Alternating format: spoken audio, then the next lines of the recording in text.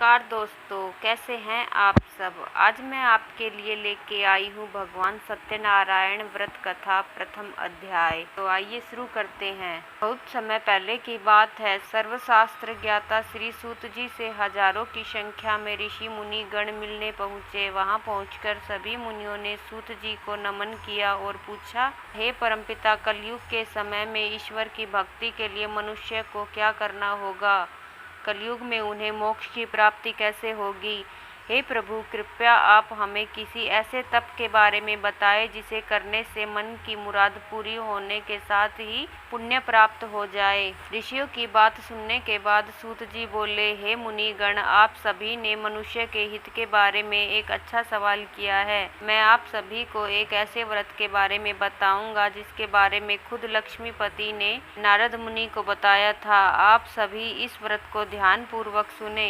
एक बार नारद मुनि दूसरों के हित की अभिलाषा के लिए लोकों के भ्रमण पर निकले। इस भ्रमण के दौरान घूमते घूमते एक दिन वह मृत्यु लोक यानी धरती पर पहुँचे। वहाँ नारद मुनि ने देखा कि सभी मनुष्य अपने कर्मों का फल भोग रहे हैं। इसके कारण सभी दुख से पीड़ित हैं। यह देख उनके मन में एक सवाल आया कि ऐसा कौन सा उपाय निकाला जाए जिसका पालन करने से मनुष्य के दुखों का अंत किया जा सके। अपने इस सवाल को लेकर नारद मुनि विष्णु लोक पहुंच गए। वहां उन्होंने भगवान नारायण की आराधना की।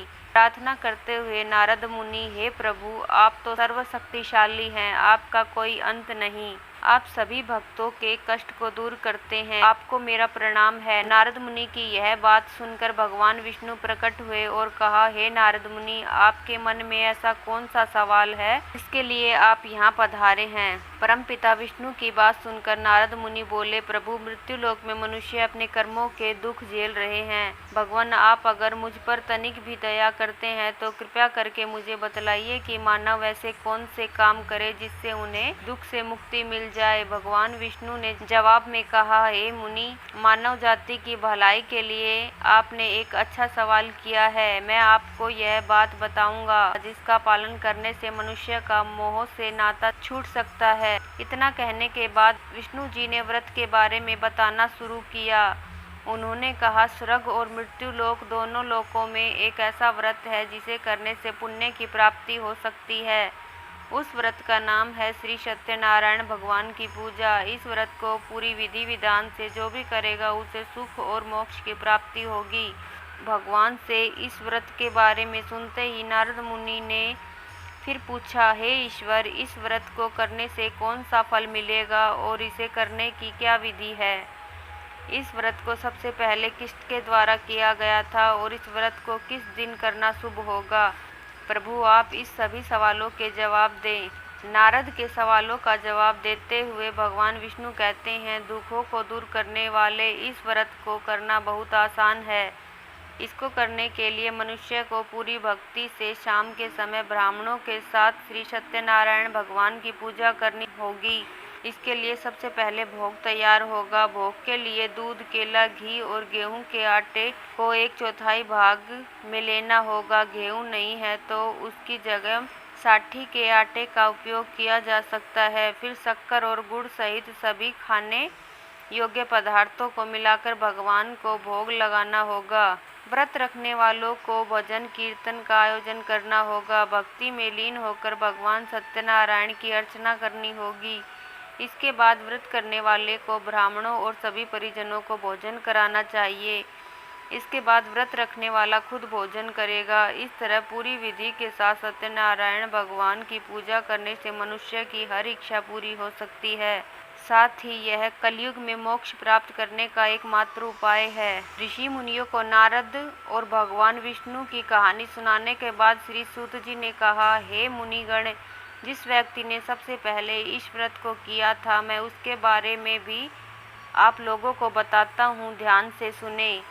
एक समय की बात है। सुंदर काशीपुरी नामक नगरी में एक बेहद गरीब ब्राह्मण रहता था। भूखे प्यासे वह ब्राह्मण भोजन की इच्छा लिए धरती पर भ्रमण कर रहा था। यह देखकर एक दिन सत्यनारायण भगवान खुद बूढ़े ब्राह्मण के रूप में धरती पर आए। उन्होंने उस गरीब ब्राह्मण के पास जाकर पूछा, आप रोजाना इतना उदास मन लेकर इस धरती पर क्यों घूमते रहते हैं। ब्राह्मण ने जवाब में कहा, मैं एक गरीब ब्राह्मण हूँ और भिक्षा की तलाश में धरती पर भ्रमण करने को मजबूर हूँ। अगर आपके पास ऐसा कोई उपाय है जिसका पालन कर मैं अपनी गरीबी दूर कर सकता हूँ तो मुझे बताइए। इस पर बूढ़े ब्राह्मण ने कहा, तुम भगवान सत्यनारायण की आराधना करो, वह सभी के मन की मुराद को पूरी करते हैं। उनकी पूजा करने वाला हर शख्स दुख और कष्ट से दूर हो जाता है। इतना कहकर बूढ़े ब्राह्मण का रूप लिए सत्यनारायण भगवान अदृश्य हो गए। उनकी बातें सुनकर निर्धन ब्राह्मण इस व्रत को करने का उपाय सोचने लगा। रात भर गरीब ब्राह्मण ने इसी के बारे में सोचा और पूरी रात जागने के बाद सत्यनारायण भगवान की पूजा करने के लिए भिक्षा मांगने निकल पड़ा। अब अन्य दिनों के मुकाबले उस दिन उस ब्राह्मण को काफी ज्यादा भिक्षा मिली। उस भिक्षा से और अपने परिजनों के सहयोग से किसी तरह ब्राह्मण ने सत्यनारायण भगवान की पूजा की। पूजा के बाद उस गरीब ब्राह्मण के सभी दुख दूर हो गए। धीरे धीरे वह कई संपत्तियों का मालिक हो गया। ब्राह्मण हर महीने नियमित रूप से पूजा करने लगा। श्री सूत जी ने कहा, इस तरह से जो कोई भी सच्ची श्रद्धा के साथ श्री सत्यनारायण भगवान की पूजा करेगा वह सभी प्रकार के दुखों और पापों से मुक्ति पाएगा। इस प्रकार ऋषिगण बोले, हे सर्वज्ञाता सूत जी, उस ब्राह्मण की बातों को सुनकर किस किस ने सत्यनारायण भगवान की पूजा की, आप इस बारे में भी हमें बताइए। फिर सूत जी ने आगे कहा, इस व्रत को जिन लोगों ने भी किया उन सभी के बारे में आप लोगों को बताता हूँ, ध्यान से सुनो। एक बार एक गरीब ब्राह्मण धन और संपत्ति की प्राप्ति के बाद अपने परिजनों के साथ इस व्रत को करने की तैयारी कर रहा था। तभी एक बूढ़ा व्यक्ति लकड़ी बेचते हुए वहां आया। उसने लकड़ियों को बाहर रखा और स्वयं ब्राह्मण के घर अंदर चला गया। प्यास से तड़पता वह लकड़ी बेचने वाला जब घर के अंदर आया तो उसने देखा कि ब्राह्मण पूजा पर बैठा हुआ था। उसने ब्राह्मण को नमस्कार किया और पूछा, हे मुनिवर, आप यह कौन सा तप कर रहे हैं, इसे करने का क्या फल मिलेगा? लकड़हारे के सवालों का उत्तर देते हुए ब्राह्मण ने कहा, यह व्रत श्री सत्यनारायण भगवान का है।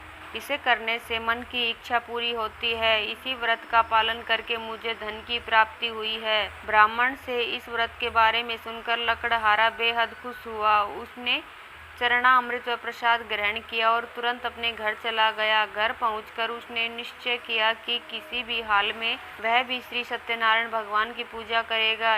इसके लिए वह लकड़ी बेचने उस नगर जा पहुंचा जहां अधिक संख्या में अमीर लोग रहते थे। वहां उसे पहले के मुकाबले अधिक धन मिला। इसके बाद उस लकड़हारे ने कमाए हुए धन से गेहूं का आटा, केला, घी, शक्कर, दूध सहित सत्यनारायण व्रत में लगने वाले सभी सामग्रियों को खरीदा। फिर उसने अपने परिजनों को भी आमंत्रित किया और पूरी विधि के साथ इस पूजा को करने के बाद उस लकड़हारे को भी धन और संपत्ति की प्राप्ति हुई और आखिर में उसे वैकुंठ धाम की प्राप्ति हुई।